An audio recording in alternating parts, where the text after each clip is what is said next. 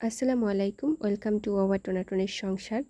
তো আজকে আমি একটা আ খুব গুরুত্বপূর্ণ ভিডিও নিয়ে আসলাম। আশা করছি আ ভিডিওটি অনেক উপকারে আসবে আপনাদের। তো আজকে দেখাবো হচ্ছে ইন্ডাকশন কুকারে ইনফ্রারেড কুকারে ব্যবহার এবং এর সুবিধা, কিছু অসুবিধা।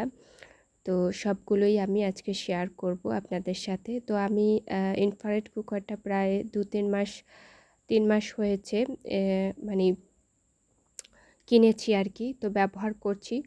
তো তাই হচ্ছে আমার একটা অভিজ্ঞতা হয়ে গেছে। তো সেটাই আমি শেয়ার করছি আপনাদের সাথে। তো আ অনেক ক্ষেত্রে যখন আমি এটা কিনতে গিয়েছিলাম বা আগে ভিডিও দেখেছিলাম যে এটার সুবিধা কী অসুবিধা কী। তো তখন কিন্তু অনেক সুবিধার কথাই বেশি শুনেছি। আসলে এটাই বলা হয় যে দোকানদার বা যারা অ্যাডভার্টাইজ দেয় তারাই কিন্তু বলে যে আ এই ইনফ্রারেড কুকার বা ইন্ডাকশন কুকারে একদম খুব দ্রুত রান্না হয়ে যায় এবং দেখা যায় যে ১০-১৫ মিনিটে ভাত হয়ে যায় এবং খুব কম সময় লাগে আরকি। খুব খুব সাশ্রয়ী এবং খুব কারেন্ট বিল খুব কম ওঠে। আসলে অনেক কিছুই শোনা যায়। যখন আমি ব্যবহার করি তখনই আমি বুঝতে পারি যে এটা যতটা সুবিধার কথা বলছিল ততটা কিন্তু নয়। এটা আসলে ব্যবহার না করলে কখনোই বোঝা যাবে না। তো আমি আজকে ভাত হতে যে বলতো যে ১০ মিনিট বা ১৫ মিনিট লাগে এরকম। তো আজকে আমি একদম সেটাকে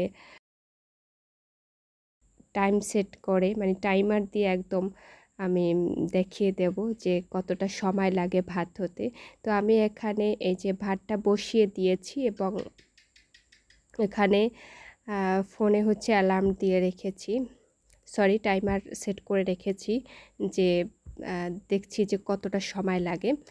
তো সেটা আপনাদের সাথেও শেয়ার করছি। এখানে আমি এই যে টাইমারটা দিয়ে রেখেছি। আর এখানে ভাতটা বসিয়ে দিয়েছি। তো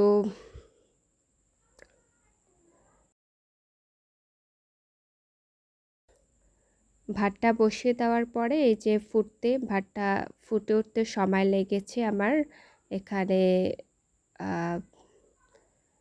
০.৫ ঘন্টা সময় লেগেছে, মোটামুটি হয়ে এসেছে। কিন্তু এখনও পুরোপুরি হয়নি। তো এটাকে আমি একদম আ হাই হিটে রান্না করেছি, ২০০০ ওয়াটে দিয়ে দিয়েছি। একদম ফুল ওয়াট যেটা দিয়ে দিয়েছি সেটাকে হচ্ছে ১৫ মিনিট সেটা রেখেছি এবং কম হাই হিট ১২০০ বা ১৫০০ এরকম করে রেখেছি ১৫ মিনিট। তো এরকম করে ভাতটা রান্না করেছি।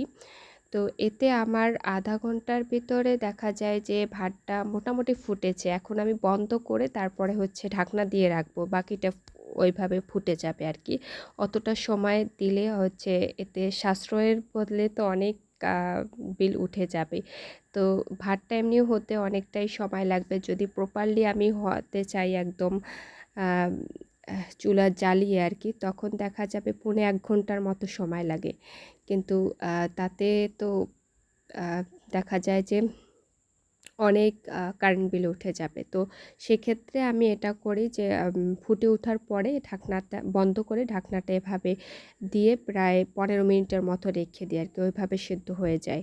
আর তরকারি রান্নার ক্ষেত্রে হচ্ছে সেটাও কড়াইটা যদি একটু ফ্ল্যাট হয়, একদম ফ্ল্যাট হতে হবে কড়াইটা।